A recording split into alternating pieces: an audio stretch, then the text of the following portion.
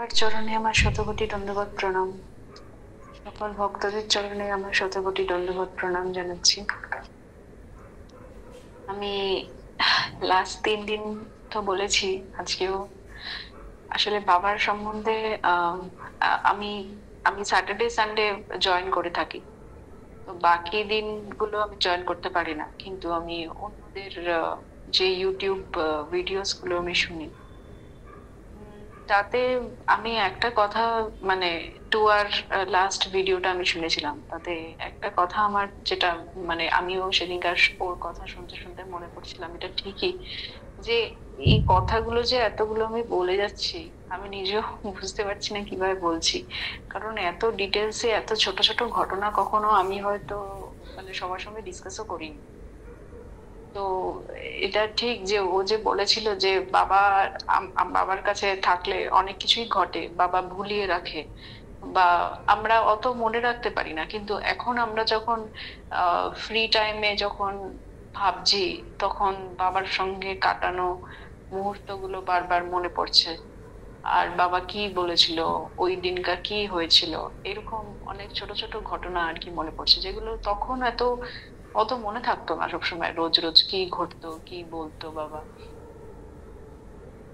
আহ, বাবা তো আমাদের আহ মানে কি বলবো, বাবা অন্তর্যামী, সবকিছুই আমাদের মনের কথা বুঝেন। আর এরকমও অনেক ভক্তরা দেখেছেন যে কারোর যদি কোনো শরীরের সমস্যা হতো, তো সেই সমস্যাও দেখা গেছে আমরা যখন বাবাকে প্রে করেছি, তা আমাদের সমস্যাটা কমে গেছে। কিন্তু কমে যে যাচ্ছে, এটার একটা ব্যাপার হচ্ছে কি, বাবা কিন্তু ওই শারীরিক অসুস্থতা, সেটা কিন্তু বাবা নিয়ে নিচ্ছেন। তো এরকম আমি অনেকবার শুনেছি, কিন্তু একবার আমি আহ বাবার ওখানে থাকাকালীন একবার আমি এটা মানে নিজের চোখে এরকম দেখেছিলাম। বাবা একদিন সকালবেলা আহ মানে 25 নম্বরের যে বিল্ডিংটা আছে না, ওখানে আহ, যে শিবের ঘর আছে, তো ওই ঘরের সকালবেলা আমি যে বারান্দার ওখানে, ওই জায়গাটা আমি জব করছিলাম। ও বারান্দাটা দাঁড়ালে ওই পাশে যে বাবার যে ফ্ল্যাটের যে বারান্দাটা, ওটাই বাবাকে দেখা যায়। তো ইনিশিয়ালি সকালবেলা তো বাবা বেরোন না, তখন বাবা নিজের কাজ টাজ করেন। তো আমি সত্যি কথা বলতে ওইখানটায় দাঁড়িয়ে দাঁড়িয়ে জব করছিলাম, কি ভাবছি কি বাবা যখনই আসবে তখন বাবাকে দর্শন করো।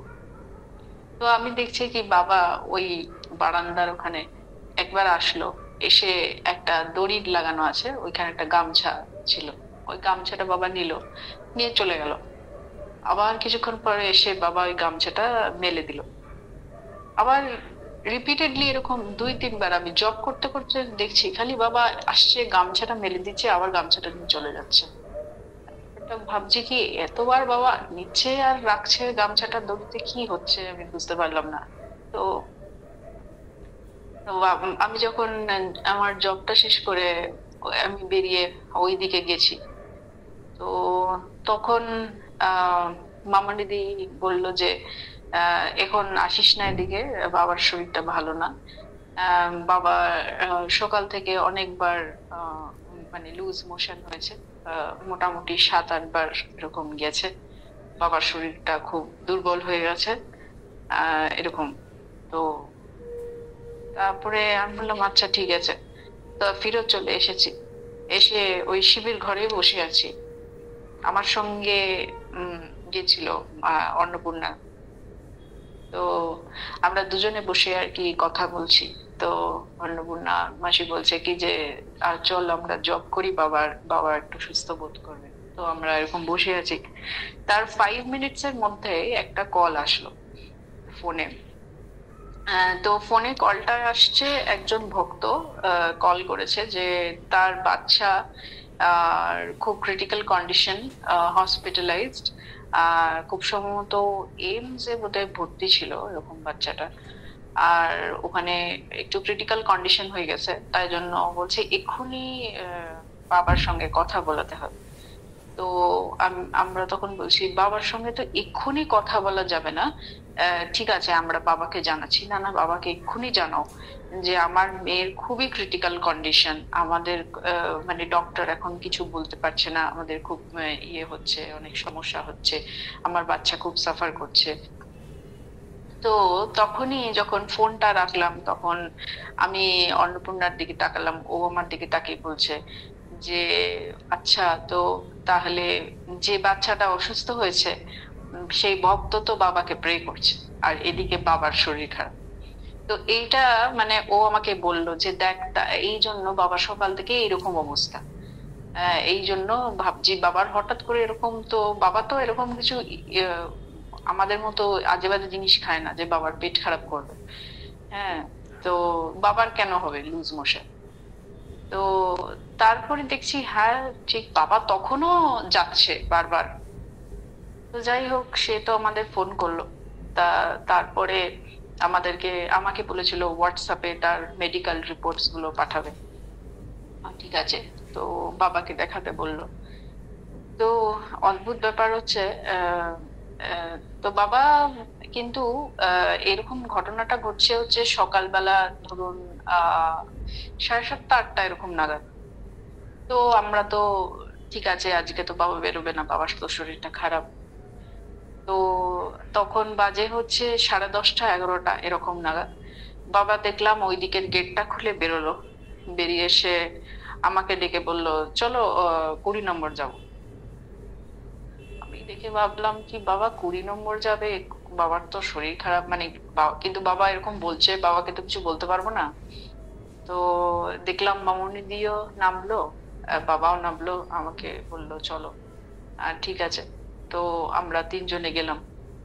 গিয়ে বাবা অনেক কোথাও, তার মানে আমি যখন গেছিলাম তারপরে বাবা কোথাও একটা, আমার এক্স্যাক্টলি মনে পড়ছে না, কোথাও একটা প্রোগ্রাম ছিল, সেখানে যাওয়ার কথা ছিল। তো বাবার যে যখন যায় তখন বাবা ওইসব লিফলেট গুলো গুছায়। তো সেই লিফলেট গুলো কিভাবে নেবে সব, বাবা তো খুব মানে প্রত্যেকটা কাজে খুব পারফেকশনিস্ট, যে মানে সবকিছু একদম আহ মানে আপ টু দি মার্ক এরকম কাজ হতে হবে। তো বাবা একটা দুটো বক্স আর কি শান্ত ভাইকে দিয়ে বার করালো। সেখানে প্রচুর রকমের লিফলেট আছে। তো আমরা বসে বসে সেই লিফলেট গুলোকে, ইচ এন্ড এভরি লিফলেট গুলোকে বার করে ওটা বাবা দেখিয়ে দিল আমাদের, যে এক একটা লিফলেট নেবে, নিয়ে কাপড় দিয়ে ভালো করে পুছে ওই যে যে ধুলোগুলো আছে ওগুলো ঝাড়বে, ঝেড়ে আবার ওগুলো লিফলেট গুলো নতুন করে সাজাতে হবে। তো আমরা সেরকমই করছিলাম। তো আমি করতে করতে এটাই ভাবছি যে এই যে সকাল 8টার সময় যে ঘটনাটা ঘটছিল, মানে ওইটা মামনিদি বলেছে ওটা শুরু হয়েছে হচ্ছে 5:30 6টা থেকে। কিন্তু এই যে মানুষটাকে আমি দেখছি, তাকে দেখে মনে হচ্ছে না কি সে বোধহয় 8 9 বারের বেশি বার লুজ মোশন হয়েছে, মানে গেছে বাথরুমে। আমরা মানে তো করলে তো বিছানায় শুয়ে থাকতাম, এরকম মানে। আমি শুধু বাবাকে অবাক হয়ে দেখছি কি বাবা দাঁড়িয়ে আমাদের কি ইনস্ট্রাকশন দিচ্ছে কি এরকম করে মোছো, এরকম করে পরিষ্কার করো, এইটা ওইখান থেকে নিয়ে আসো, এটা এরকম করে গুছাও, মানে সব এরকম ডিরেকশন দিচ্ছে। তো এটা একটা অদ্ভুত ব্যাপার যে বাবা সকালবেলা এরকম অবস্থা ছিল 11টার সময়, তখন দেখছি কি বাবাকে দেখে মনে হচ্ছে না যে সকালবেলা এরকম ঘটনাটা ঘটেছিল। তো তারপরে বাবাকে আমি দেখাই অ্যাকচুয়ালি ওই প্রেসক্রিপশনস গুলো, যে এরকম একটা বাচ্চা এরকম হয়েছে, তো এরকম পাঠিয়েছে, তো তুমি একটু দেখো। আচ্ছা ঠিক আছে, আমি দেখবো। তো বাবা তখন ওইটা নিয়ে ব্যস্ত। তো সুতরাং আমরা এসব কাজ টাজ করছি।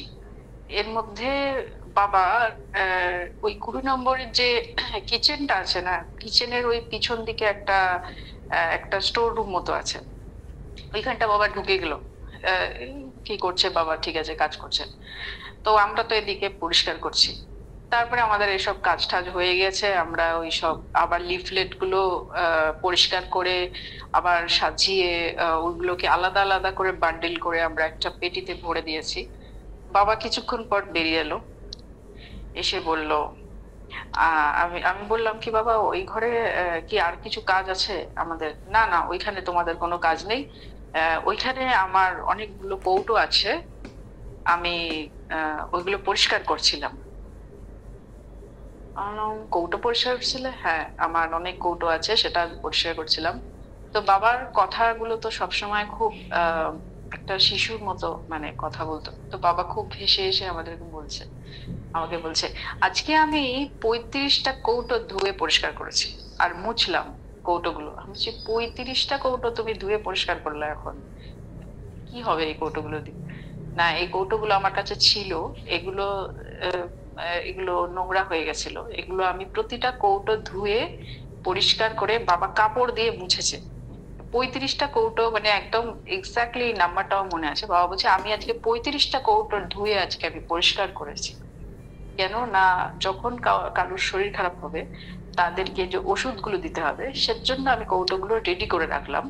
এবার যখন এইগুলো একটা ফ্রেশ প্যাকেটে বেঁধে সেগুলো আমি রেখে দেবো, যখন কারোর ওষুধ বানাতে লাগবে তখন ওই কৌটোগুলো দিয়ে ওই কৌটোতে আমাকে ওষুধ দিতে লাগবে, সেই জন্য আমি এগুলো করলাম। তো বাবা মানে এটা উম, এরকম ব্যাপার যে মানে আমরা আগের দিনও আমি বলেছি যে বাবা হচ্ছে আমাদের একটা আহ, মানে চলমান একটা কি বলবো, শিক্ষা গ্রন্থ। তো বাবা আমাদের প্রতিদিনের লাইফস্টাইল দিয়ে শিক্ষা দিয়েছে যে বাবা তো নিজে পারফেকশনিস্ট ছিলই, কিন্তু আমাদেরকে কাজ করতে শিখিয়েছে কি এরকম ভাবে কাজ করতে হয়, আর কিভাবে পারফেক্টলি পুরাতন জিনিসকে মানে কাজে লাগিয়ে সেটা পরিষ্কার করে কিভাবে রিউজ করতে হয় সেটাও আর কি শেখার। আর প্রতিটা জিনিস বাবা নিখুঁত ভাবে পরিষ্কার ভাবে যত্ন নিয়ে কাজ করেন, মানে যাই হোক তাই হোক ভাবে কাজ করে না।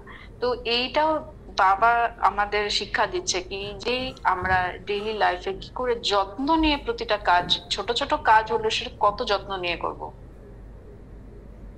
তারপরে এই যে লিফলেটের প্রিন্ট আউটের ব্যাপারটা হয়, তো সেই সময় আরেকজন ভক্ত আগরতলায়, উম তারও একটা প্রবলেম হয়, মানে সেই দিনই ফোন আসে। তো তার মা সকাল থেকে ফোন করছিল যথারীতি, ওই বাবার শরীর খারাপের জন্য মামনি দিদি তো কারোর ফোনই ধরছিলেন না। তো এখন সে কোথাও জানতে পেরেছে কি আমি আছি, আর আমাকে সে আর কি এরকম হোয়াটসঅ্যাপে কিছু টেস্ট রিপোর্ট পাঠিয়েছে। তো বাবাকে যখন আমি গিয়ে দেখালাম, বাবা বলল কি যে তুমি এই পেপারগুলো তুমি লঙ্কা থেকে প্রিন্ট করবে। আহ, আমি আমি মনে মনে ভাবছি যে লঙ্কায় প্রিন্ট করতে যাওয়ার কি আছে, মানে এটা তো এইখানেই পাওয়া যায় দুর্গাকুণ্ডের সামনে আর কি এরকম।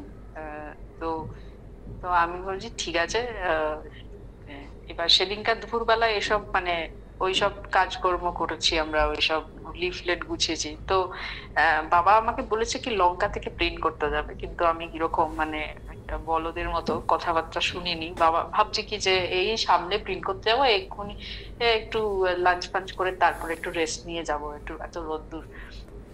হ্যাঁ, তো আমি আমি গেছি বিকালবেলা প্রিন্ট করতে, দেখছি একটা প্রিন্টের দোকান খোলা নেই, মানে কোথাও খোলা নেই, কেন আমি জানি না।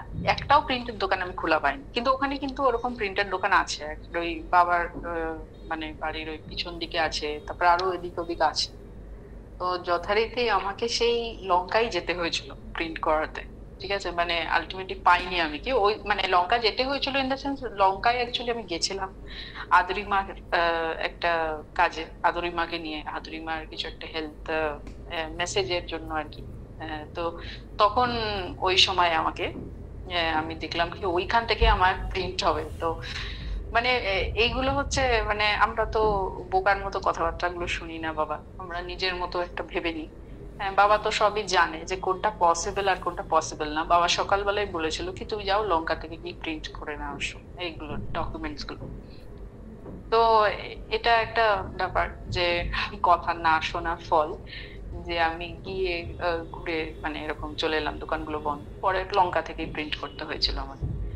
আর আম, এরকম তো এই যে বাচ্চাটার শরীর খারাপটা বলি, তো পরের দিন আমরা শুনি কি বাচ্চাটার মানে শরীর খারাপ বলতে ওর যে ক্রিটিক্যাল প্রবলেম গুলো ছিল সেগুলো ডক্টর আর কি মানে উইদিন কন্ট্রোল মানে ডায়াগনস্টিক শুরু করে দিয়েছিল। তো সেটা প্রপার ট্রিটমেন্ট এগোচ্ছিল, আর সবগুলোর ফিডব্যাক গুলো ওর মা আমাকে জানাতো, বাবাকে আমি বলতাম। তো এরকম আর কি।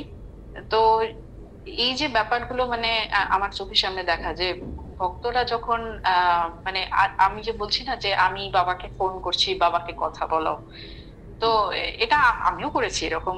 না, আমি করিনি তা নয়, এরকম অনেকেই করে, মানে করেছে রাদার। তো মানে এটা একটা ব্যাপার কি, আমি যদি মনে মনে ডাকি না, বাবা এমনি শুনতে পাচ্ছে। হ্যাঁ। তো মানে সবসময় হয়তো ফিজিক্যালি বাবাকে বলার কোনো দরকার পড়ে না, কারণ বাবা তো অন্তর্যামী, বাবা তো আর সাধারণ আর পাঁচজন গুরুর মতো নয়। তো বাবা থাকুক সামনে আর নাই থাকুক, বাবা তো সবসময় শুনতে পাচ্ছে বাবাকে আমি কি কি বলছি, বাবার সম্বন্ধে কি কি ভাবছি, সেটা বাবা জানতে পারছে। তো ইনস্ট্যান্টলি বাবা ওই ভক্তের যে মানে কষ্টটা সেটা বাবা নিয়ে নিচ্ছে। তো এটা একটা ঘটনা। যাই হোক, তো এরকম আহ, ছোট ছোট অনেক তো ঘটনা আছে।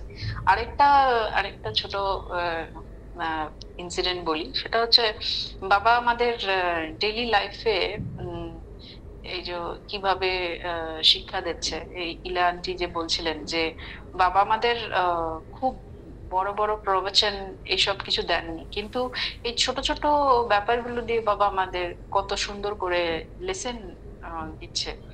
একদিন আমি আহ ওই কি বলে 20 নম্বরে একটা একটা বেল গাছ আছে। তো 20 নম্বর থেকে সকালবেলা স্নান করে ওই 25 নম্বরে যে শিবের ঘর আছে, তো ওইখানে আমি ওই বেলপাতাগুলো আনছিলাম আর কি শিবের মাথায় দেওয়ার জন্য। তো সেই সময় যেই আমি ওই মানে 25 নম্বরের মানে বাঁকটা নিয়েছি, তো ওইখানে ওই একটা বড় গাছ আছে না, ওইখানে 3টে কুকুর আমাকে ধরেছে। জেনারেলি আমি অ্যাকচুয়ালি মানে এমনি খুব কুকুর বেড়াল যাই অ্যানিমালস মানে আমি খুব পছন্দ করি। তো আমি এমনি খুব খুব ক্যাজুয়ালি কথা বলেছি, হ্যাঁ কথা বলি। তো আমি ওই কুকুরগুলোকে বলেছি, এখন এখন এরকম লাফাস না, আমি স্নান করেছি, বেলপাতাগুলো আমার হাত থেকে পড়ে যাবে, সরে যা সরে যা, এরকম বলেছি। তো আমি তো এমনি ন্যাচারালি নিজের মনে ওদেরকে বলে দিয়েছি, বলে 3টে কুকুর এরকম রাস্তা ঘিরে লাফালাফি করছিল। তো এরকম আমি চলে গেছি। তারপরে পূজা টুজা করে তারপর ঠিক আছে চলে গেছে। পরে বিকেল বেলা আমি যখন আবার গেছি, তখন বাবা আমাকে ডেকে বলছে, উম তোমাকে সকালবেলা যে কুকুরগুলো রাস্তা আটকে ছিল, হ্যাঁ, তাদেরকে তুমি ভয় পেও না। হ্যাঁ, ওরা ভালো, ওরা কিছু ক্ষতি করবে না। আমি ভাবছি কি বাবা কি করে জানলো। আচ্ছা, তাহলে হয়তো বাবা ব্যালকনিতে ছিল, বারান্দায় আমি দেখিনি, বাবা হয়তো ছিল, আমি খেয়াল করিনি। বাবা কিভাবে জানলো আমি জানি না। যাই হোক, বাবা আমাকে বলছে বিকেল বেলা, সন্ধ্যেবেলা যখন গেছি তখন বাবা বলছেন যে এই যে কুকুরগুলো 3টে তোমাকে রাস্তায় আটকে ছিল, হ্যাঁ তারা কিন্তু তাদেরকে ভয় পেও না, তারা কিন্তু তোমার কোনো ক্ষতি করবে না, তারা ভালো। আমি বলছি না না বাবা, ভয় পাইনি, ওরা এমনি রাস্তা ঘিরেছিল, ঠিক আছে কোনো ব্যাপার না। তো বাবা তখন হঠাৎ করে বলছে যে না, যেন ওদের খুব কষ্ট, ওরা গ্রীষ্মকালে খুব কষ্ট পায়, আহ, ওরা বৃষ্টির সময় ভিজে, ওরা ভালো জায়গা পায় না, সব সময় ভিজার মধ্যে বসে থাকে, রোজ রোজ ভালো করে খেতেও পায় না, ওদের অনেক কষ্ট। আমি যখন নিচে যাই তখন ওরা আমাকে দর্শন করতে আসে। হ্যাঁ, আহ, আমি যখন নিচে নামি তো ওরা আমার কাছে আসে দেখতে আমাকে। আর এই 3টে কুকুর, বাবা বলছেন এই 25 নম্বরের আর 20 নম্বরের যে এল প্যাটার্ন যে রাস্তাটা, বাবা বলছেন এইটুকু রাস্তার মধ্যে ঘোরাঘুরি করে। আর বাবা বলছেন যখন বাবা ব্যালকনিতে দাঁড়িয়ে থাকেন তখন কুকুরগুলো ওই রাস্তায় ঘোরাঘুরি করছে, মানে বাবাকে দেখছে। কিন্তু আমি বাবাকে বললাম যে বাবা, কুকুরগুলো তোমাকে দর্শন করতে আসে, তাহলে কুকুর তোমাকে মানে তাহলে তো তোমাকে কুকুরগুলো জানে। তখন বলছে হ্যাঁ কুকুরগুলো আমাকে চেনে। হ্যাঁ। তো কুকুরগুলো আমাকে চেনে, তার কারণ হচ্ছে কুকুরগুলো, তখন বাবা বললেন যে কুকুরগুলো হচ্ছে আগের জন্মে মানুষ ছিল। ঠিক আছে। বাবা বলছেন যে এই 3টে কুকুর আগের জন্মে মানুষ ছিল, কিন্তু তারা ভক্ত ছিল, তাদের তাই জন্য তাদের জ্ঞান আছে যে আমি কে। তাই আমি যখন নিচে যাই তখন আমাকে ওরা দর্শন করতে আসে। হ্যাঁ, কিন্তু আহ, এই যে ওরা আমাকে দর্শন করছে, এই মহাপুরুষ দর্শনে ওদের নেক্সট জন্মে ওরা মনুষ্য জন্ম পাবে, আর ওদের ভালো হবে। হম, ওদের আর কষ্ট থাকবে না। তো এটা বাবা আমাকে বলেছিল। তো এটা আমি যখন পরবর্তীকালে এই কথাটা যখন আমি মানে বাবা এটা বলছে যে ওরা আগে মানুষ ছিল, আর এত মানে বাবা দৃঢ়ভাবে বলছে, মানে বাবা তো জানবেই না কার কোনটা পাস্ট কোনটা প্রেজেন্ট। তো আমি যখন এটা পরবর্তীকালে আমি যখন নিজে মানে একা বসে ভেবেছি, তখন ভেবেছি কি যে বাবা হয়তো আমাদের এটাই বলতে চেয়েছে যে ওরা ভক্ত ছিল তাই আমাকে চিনতে পারছে। তার মানে হচ্ছে আহ মানে সব কুকুরগুলো তো বাবাকে আর চিনতে পারছে না যে বাবা মহাপুরুষ। তার মানে ওরা এত এরকম ভক্ত ছিল, কিন্তু আহ কিন্তু কোনো একটা কারণে ওরা কুকুর জন্ম হয়েছে। তার মানে হচ্ছে আমাদের আমরা যে ভক্ত হওয়ার চেষ্টা করছি, বা আমরা যে ডেইলি লাইফে যা যা কিছু প্র্যাকটিস করছি না কেন, তো আমাদের কতটা উম, মানে সতর্ক থাকতে হবে আমাদের নিজেদের ডেইলি লাইফের যে আমরা কাজগুলো করে থাকি, যে আমাদের কিন্তু যে আমরা মানে আমাদের যে পরজন্মটা কি হবে সেটার জন্য আমাদেরকে এই লাইফটা আমাদেরকে খুব অ্যালার্ট থাকতে হবে যে আমরা কি কি কাজ করছি তার জন্য, যাতে আমাদের মানে মনুষ্য জন্ম আমরা পাই, যাতে আমরা মানে সাধনা ভজনা করতে পারি, ভগবানের আহ জব করতে পারি। তো এটার জন্য তো এটাও একটা আমার মনে হয় এটা লেসেন যে যেটা আমাদের সবার মানে নেওয়া উচিত, যে ভক্ত ছিল কিন্তু কুকুর হয়েছে আমাকে চিনতে পারছে। বাবা এই কথাটা বলেছিল, ওরা চিনতে পারছে আমি মহাপুরুষ। তো আরেকটা কথা আমি আরেকটা বলি, যে এটা হচ্ছে বাবার আহ মানে এটা আমি বলবো বাবার কৃপাতে আমার তিরুপতি দর্শন। সেটা হচ্ছে আমি ব্যাঙ্গালোরে প্রায় 5 বছর আছি। তো আমি প্রচন্ড ঘুরতে ভালোবাসি, অনেক জায়গায় ঘুরেছি, মানে স্পিরিচুয়াল প্লেস প্লাস হচ্ছে হিল স্টেশন বা এরকম টাইপের যেগুলো সারাউন্ডিংস এ আছে। তো আমি যতবার তিরুপতি প্ল্যান করি ততবার কিছু না কিছু একটা মানে হয় হয় মানে হয় হয়ে ওঠে না আর কি। আসলে আমার অনেক ইচ্ছা ছিল যে আমি তিরুপতি মানে সবাই আমাকে বলে যে তিরুপতি হচ্ছে মানে অনেক টাকা দিতে হয়, মানে যত টাকা দেবে তত হচ্ছে তোমার লাইনটা আর কি তোমাকে মানে কাছে যেতে পারবে ভগবানের, এরকম টাইপের একটা ইয়ে আছে। আর সত্যি ওখানে অনেক ডোনেশনস এর ব্যাপার আছে। তো আমার এটা মনে হয়েছিল কি যে ভগবানকে ডোনেশনস এর ইয়েতে কেন দর্শন করবো। তো তিরুপতি আমি আমার প্রশ্ন ছিল যাদের পয়সা ভালো নেই তারা কি করে দর্শন করে। তো আমি তখন আমি শুনেছিলাম যে তিরুপতিতে অ্যাকচুয়ালি হেঁটেও দর্শন করা যায়, আর হেঁটে দর্শন করলে টিকিট মানে কোনো টাকা দিয়ে টিকিট কাটতে হয় না।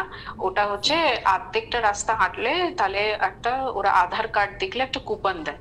কিন্তু ওই যে ফ্রি লাইনটা আছে মানে যেটা হেঁটে দর্শন, সেই লাইনটা হচ্ছে ওটা হচ্ছে সাধারণ লাইন, মানে ওর কোনো প্রায়োরিটি টাইম নেই।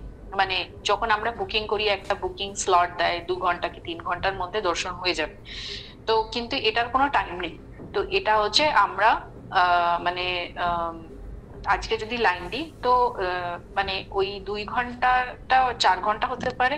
ইনফ্যাক্ট এরকমও মানে রেকর্ড আছে তিরুপতির যে ওই দিনকা হলোই না দর্শন, সেদিনকা ওর মধ্যে বসিয়ে রেখে ওরা খাবার দাবার দেবে, ওর পরের দিন এরকম দর্শন হবে। আর তিরুপতি মাঝে মাঝে মধ্যিখানে মধ্যিখানে বন্ধ হয়ে যায়, তো কখন যে বন্ধ হচ্ছে দর্শন আর কখন যে খুলে যাচ্ছে এটা এটা এটা কেউই বলতে পারে না।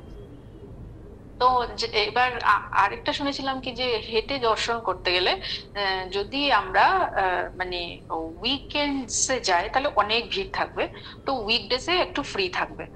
আর তারপরে ওদের অনেক একটা ফেস্টিভ্যাল মান থাকে, ব্রহ্মোৎসব, তারপরে এসব আরো অনেক কিছু থাকে, সেখানে অনেক অনেক বেশি ভিড় হয়। তো সব মিলিয়ে মিশিয়ে তো আমি আমি চেয়েছিলাম হেঁটে যেতে। তো আমার একটা ব্যাঙ্গালোর ইস্কনে একজন ডিভোটি ফ্রেন্ড আছে, মানে সে ভক্ত, সে ওখানকার সেবায়। তো আমি তার সঙ্গে সে বাঙালি একজন, আমাদের মায়াপুরের মানে এক মঠের, গৌড়ীয় মঠের ভক্ত। তো আমি তাকে বহুদিন ধরে চিনি। তো সে আমাকে বলেছিল কি তুমি যদি তিরুপতি হেঁটে যাও আমি তোমাকে নিয়ে যেতে পারি দর্শন করাতে। তো ও আগেও করেছে। তো আমি ওর সঙ্গে যখনই যাব, মানে ওর যখন ওরও মানে আমার যখন ছুটি হয় তখন ওর মানে ডিউটিতে অফ পায় না, এরকম টাইপের একটা ঘটনা ঘটছিল। তো একবার বেনারসে যখন আমি যাই তখন বাবার বাবার কাছে তো প্রচুর ভক্ত আসে। আর পদ্মশ্রী পাওয়ার পর বাবার তো অ্যাড্রেস খুঁজে খুঁজে প্রচুর ভক্ত ডিফারেন্ট জায়গা থেকে আসতো। তো এরকমই একবার কর্ণাটক থেকে মানে প্রচুর এই 4-5 জন এরকম, মানে একটা গ্রুপ আর কি বাবার কাছে এসেছিল দেখা করতে। তো সেই সময় বাবা আমাকে ডেকে বলছে যে এনাদের সাথে কথা বলো। হ্যাঁ। তো তখন বাবা আর কি ওনাদেরকে বলছে যে ও কর্ণাটকে থাকে, ও হচ্ছে ব্যাঙ্গালোরে জব করে, বাবা এরকম আর কি আমাকে ওদেরকে বলছে। তো সেই সময় ওদের ওদের সঙ্গে কথা হচ্ছে। তো ওরা বলছে যে ওরা কোথায় থাকে এই সেই। তখন ওরা একটা এরকম এরকম একটা তিরুপতির একটা বড় একটা লাড্ডু হয়, ঠিক আছে? তো সেইটা এরকম দুটো লাড্ডু এরকম এনেছিল। তো ওরা এনে বাবাকে বলছে যে আপনি তো কিছুই, আমরা শুনেছি আপনি কিছু ডোনেশন নেন না, কিছুই নেন না, আপনাকে আমি কি দেবো? হ্যাঁ, কিন্তু আমরা তিরুপতি গেছিলাম, এই তিরুপতির এটা হচ্ছে লাড্ডু। তো এটা আপনি যদি গ্রহণ করেন তাহলে খুব মানে আমরা আমাদের ভালো লাগবে। তো বাবা শুনে খুব খুশি হয়েছে, বাবা বলেছে হ্যাঁ ঠিক আছে। তো বাবা ওটা নিয়েছে, নিয়ে আমাকে বলছে তুমি একটা টিফিন বক্সে ওই লাড্ডুটা রেখে দাও আর সব ভক্তদের দেবে। তো আমি এরকম আদরি মার থেকে একটা টিফিন বক্স নিয়ে এরকম রাখছি। তো সেই সময় ওই লোকগুলো আমাকে বলছে কি যে আপনি তো ব্যাঙ্গালোর থাকেন, আপনি তিরুপতি দর্শন করেছেন? আমি বলছি না, আমি যতবারই ট্রাই করি কিছুতেই আমার দর্শন হয় না, দর্শন হয় না। তখন তখন ওই লোকটা বলছে আমাকে যে এটা প্রসাদ আছে না, তো আপনি প্রসাদ পাচ্ছেন তিরুপতি দর্শন না করে, তাহলে নিশ্চয়ই আপনার দর্শনও হবে। আপনার যদি ইচ্ছা আছে। তো বাবা অ্যাকচুয়ালি সেই সময় আমি এই কথোপকথনটা যখন হচ্ছে সেই সময় বাবা ওই শিবের ঘরে ওই যে লাল রঙের চেয়ারটায় ওটায় বাবা বসে আছে, আর আমি ফ্লোরে বসে আছি। তো বাবা তখন আমার দিকে তাকিয়ে হাসছে। তো আমি বাবাকে বলছি যে হ্যাঁ, আমার তো তিরুপতি দর্শন করব করব করে আর হচ্ছেই না, দেখি প্রসাদটা পেয়ে তিরুপতি যদি দর্শন দেয়। তো বাবা আমার দিকে তাকিয়ে শুধু হাসলো, ব্যাস এতটুকুই কথা। অদ্ভুত ব্যাপার হচ্ছে যখন আমি বেনারস থেকে ফিরলাম তার পরেই হচ্ছে তার মানে কয়েক সপ্তাহ পরে গণেশ চতুর্থী ছিল, ঠিক আছে? তো গণেশ চতুর্থী পড়েছিল হচ্ছে উইকডেজে। তো গণেশ চতুর্থীতে আমাদের অফিস ছুটি ছিল। আর যে আমার যে বন্ধুটা সে ওই সময়টায় আমাকে বললো কি যে চলো গণেশ চতুর্থীতে যাব আমরা তিরুপতি। তুমি যাবে? তোমার কি ছুটি আছে? তো আমি বললাম হ্যাঁ আমার তো ছুটি আছে। তো মানে এটা খুব ইনস্ট্যান্ট প্ল্যান হয়েছিল। তো সেই সময় মানে আমার আর ওর ছুটিটা আর কি ম্যাচ করে গেছিল। তো আমরা যখন তিরুপতিতে আমরা যখন যাই সে সময় আমরা হেঁটে যাই, হেঁটে গিয়ে আমাদের মানে আমরা যখন হেঁটে উপরে পৌঁছাই সে সময় আমরা যে টাইমটা ছিল সেটা হচ্ছে 12টার মধ্যে দর্শন করতে হবে, মানে 10টা থেকে 12টা, ঠিক আছে? তো সেই সময় বাজে 9টা, আমরা যে সময় কুপনটা পাই। তো 9টা মানে হচ্ছে ওইখানে উঠে যাওয়ার পরেও টেম্পলের ভেতর প্রেমিসেসটা অনেক বড়, যেখানে অনেক ডিফারেন্ট লাইন থাকে মোবাইল জমা দেওয়ার, এই মানে অনেক চেকিং টেকিং হয়। তো সেই সব করে করে অনেক ঘুরিয়ে ঘুরিয়ে ওরা নিয়ে যায়। তো আমরা ভাবছি ঠিক আছে 12টার মধ্যে যদি নাও হয় ঠিক আছে, কত আর হবে, বিকাল হোক। বাট সেদিনকার রাত্রে আমাদের বাস ছিল ফেরত আসার, মানে এরকম মানে আমরা একদিনও থাকার প্ল্যান করি। সেদিন ভোরবেলায় পৌঁছেছিলাম 4টার সময়, তারপরে হাঁটতে শুরু করেছিলাম, তারপরে আমরা ইয়ে করেছিলাম। তো যাই হোক তারপরে যখন আমরা যখন ঢুকি লাইনে, মেন টেম্পলের লাইনে ঢুকি, তো তারপরে সবকিছুই আমরা লাইন টাইন সবকিছু মানে সব জমা টমা দিয়ে আমরা যাই। তো যাওয়ার পর আমি যখন মানে মন্দিরটা এক্স্যাক্টলি চলে এসেছে তিরুপতি। তখন আমরা যখন গেট দিয়ে ঢুকছি, তো প্রথমে হচ্ছে একটা সিলভারের গেট থাকে রূপো প্লেটিং করা। তো ওই গেটটা দিয়ে ঢুকলাম। ঢুকে মানে একটা পুরো রাশ এরকম থাকে। তো জেনারেলি যারা হচ্ছে ওই যে বুকিং স্লট পায় তাদের লাইনটাকে আগে ছাড়ে, আর যারা কমন মানে আমরা যারা ফ্রি লাইনে থাকি, তো সেই তাদেরকে অ্যাকচুয়ালি একটু লেট লেট করে ছাড়ে। তো প্রথমে আমি দেখলাম যে ওই লাইনটা গেল, তারপরে আমাদের একটা গ্রুপ ঢুকিয়ে দিল, ঢুকিয়ে মানে ওরা ক্লোজ করে, কিছুক্ষণ ছাড়া ছাড়া ক্লোজ করে, তারপরে নেক্সট ব্যাচ ঢোকাবে এরকম টাইপের। তো ওরা যখন ঢুকালো, আমরা মন্দিরে মানে এটা কিছুক্ষণের মধ্যে মানে হলো, মানে যখন আমরা মানে ঢুকলাম, তো পেছন থেকে আমি প্রচুর শুনেছি যে মানে ইনফ্যাক্ট আমার যে বন্ধু যে ছিল সে মানে সে আর আরেকজন ভক্ত গেছিল মানে ইস্কনেরই, ব্যাঙ্গালোর। তো তারা আমাদের তিনজনের মধ্যে এই কথা হয়েছিল কি, দেখো ভেতরে কিন্তু অনেক ধাক্কাধাক্কি হবে, তুমি যদি হারিয়ে যাও তুমি কিন্তু ভয় পাবে না, তুমি কোথাও একটা দাঁড়িয়ে থাকবে, তুমি হারাবে না এখানে, আমরা তোমাকে খুঁজে নেবো, কারণ আমরা এই মন্দিরটা খুব ভালো করে চিনি। তো আমি যখন গেছি তখন তো মানে রাশটা প্রচুর ছিল, কিন্তু মানে হঠাৎ করে রাশটা এত বেশি ধাক্কা দিল, পুরো সামনে যে তিরুপতির যে চেম্বারটা গর্ভগৃহর সামনে যে একটা মানে একটা স্টিলের একটা রড লাগানো থাকে, মানে ওই বাউন্ডারি অব্দি দেখতে পাবে। তো ওইখানটা গিয়ে না মানে আমি ওরকম ধাক্কা খেয়েছি। আর ধাক্কা খেয়ে মানে ওই সময় তিরুপতি অ্যাকচুয়ালি ভেতরে কোনো লাইট জ্বলে না, যারা দর্শন করেছেন তারা জানেন, ওখানে শুধু প্রদীপ থাকে। তো প্রদীপে মানে ভগবানের মুখটা এত সুন্দর লাগছে, মানে আমি কোনোদিন এক্সপেক্টই করিনি, সার্ট করে গিয়ে মানে এত সুন্দর দর্শন উইদাউট এনি অবস্ট্রাকশন। মানে এত সুন্দর দর্শন, ওই দৃশ্যটা আমি কোনোদিন ভুলতে পারবো না। হ্যাঁ, আর অদ্ভুত ব্যাপার হচ্ছে পেছন থেকে যে আর রাশটা আসবে, সেটা রাশ আসেনি। তার কারণ হচ্ছে ওই সময় টেম্পলটা হঠাৎ মানে ওই যে বললাম যে হঠাৎ হঠাৎ মধ্যিখানে বন্ধ হয়, আর সেই সময় বন্ধ করে দিল, মানে আমরাই যে ব্যাচটা ঢুকলাম তারপরে পেছনে আর কোনো রাশ আসেনি। সুতরাং আমাকে ধাক্কা দেওয়ার মতো ওই ধাক্কাটায় একবার আমি সামনে চলে গেছি, ব্যাস, তারপরে আর পেছনে আর কোনো রাশ নেই যে ধাক্কা দেবে লাইনটা। আমি খুব সুন্দর করে দর্শন করে যখন বেরোলাম, তখন আমি বেরিয়ে মানে আমি দেখলাম যে আমার যে দুইজন পরিচিত তারা হচ্ছে অলরেডি বেরিয়ে মন্দিরের একটা অন্য গেটের দিকে একটা রাস্তায় দাঁড়িয়ে আছে। তো আমি যখন ওদেরকে মিট করলাম, তখন তখন ওরা আমাকে বললো, আরে তুমি ঘড়িটা দেখো, টাইমটা কত হয়েছে। তাই আমি বললাম, হ্যাঁ কেন, কি হয়েছে? তো আমরা তো গল্প করতে করতে যাচ্ছিলাম আমাদের মনে, টাইমটা অদ্ভুত ব্যাপার, সেটা হচ্ছে আমাদের টাইম ছিল হচ্ছে 10টা থেকে 12টার মধ্যে। আর ইজিলি ফ্রি লাইন কিন্তু 2 ঘন্টার মধ্যে কোনদিন কমপ্লিট হয় না। আমরা যখন দর্শন করে বেরিয়ে গেছি, মানে টেম্পলের মধ্যেই আছি কিন্তু ওই দরজা দিয়ে বেরিয়ে গেছি, সে সময় বাজে ঠিক 11টা 45। এটা খুব আশ্চর্যজনক ব্যাপার, মানে আমি তো প্রথমবার দর্শন করছি, কিন্তু ওরা যে দুজন মানে অনেকবার গেছে, ওরা ফ্রি লাইনে ওই হেঁটেই দর্শন করে। তো ওরা বলছে এটা অদ্ভুত দর্শন, আজকের দর্শনটা আমরা ভাবতেই পারছি না কি করে এরকম হয়ে গেল উইদিন টাইম, সেটাও বিফোর টাইম দর্শন করে আমরা বেরিয়ে এলাম, এত সুন্দর দর্শন। তো আমার তখন সত্যি কথা আমার ইমিডিয়েটলি মানে বাবার কথাটা মনে পড়লো, মানে বাবা কিচ্ছু বলেনি, বাবা শুধু আমাকে দেখে হাসছিল যখন আমি আমি ওদের সঙ্গে কথা বলছিলাম যে আমার তো তিরুপতি দর্শন ভেবে ভেবেও হচ্ছে না।